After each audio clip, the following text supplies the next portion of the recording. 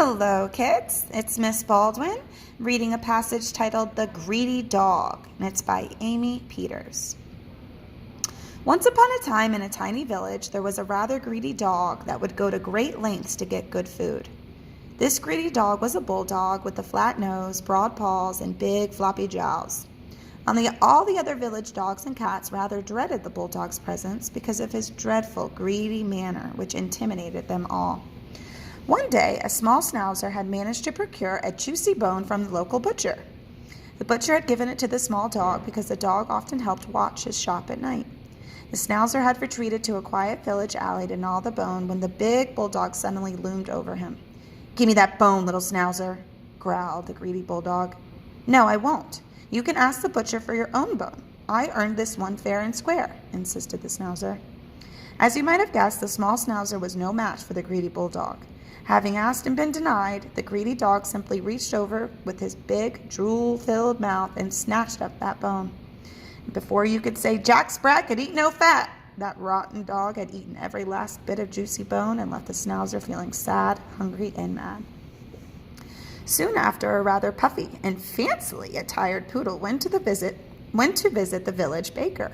This baker rather admired the poodle's fluffy black shape and her colorful ribbons she always wore tied in bows on her top knot and tail. He also liked her friendly manner.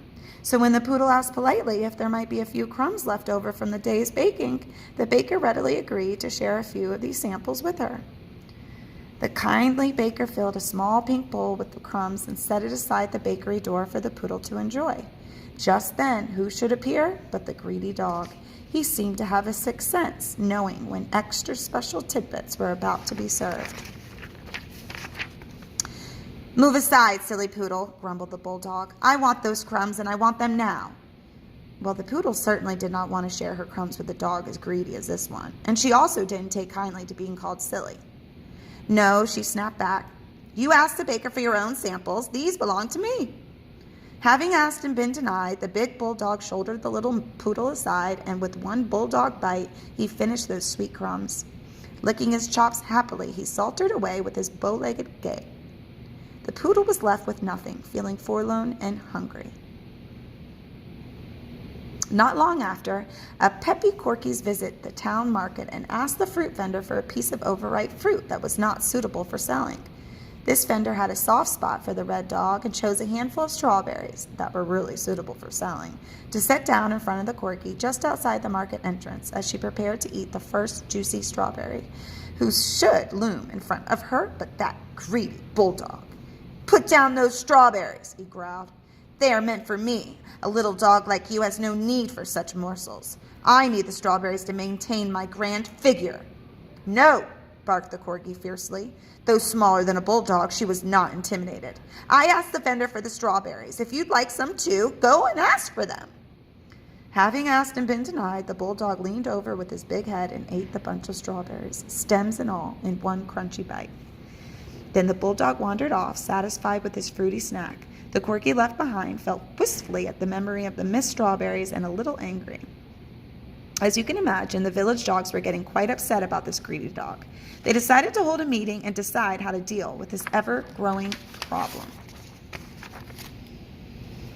They met that night by the butcher's shop, hoping to find a stray morsel.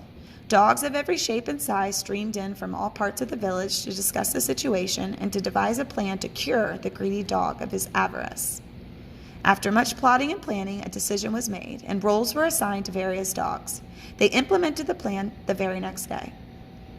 The greedy dog was sitting by the village fountain, wondering where he would find his next snack, when the schnauzer walked by. "Hey, bulldog," barked the schnauzer, "I have a tip for you, if you're interested in having a fat, juicy steak. The butcher is not in the shop right now. He's home having lunch with his wife. The shop door is open, and sitting on the counter is a steak as big as your head. If you hurry, you can run into the shop and make off with the steak before the butcher returns." The bulldog thanked the dog, although he was a bit mystified as to why this dog, who didn't like him, should give him such a valuable tip. "Oh well," thought the bulldog, "no need to think about it too long or I'll be late to get the steak." So he trotted off the fountain to the butcher's shop and greedily snatched up the steak. Just then, just as the schnauzer had predicted, the butcher was out of the shop and the door had been left open. The bulldog was just setting out for the woods to eat it, for he didn't want the butcher to catch him with it, when the corgi wandered off with another tip. "Hey, bulldog," said the corgi, "listen up. I know where you can get another steak, just as thick and juicy as the one you're holding in your mouth. You'd better hurry, though, and not eat this one yet, or you won't have time for another one." Although the bulldog really wanted to eat the juicy steak that instant, he also wanted another steak just as fine, so he agreed to listen to the corgi's plan. "Go over by the stream, just over the hill.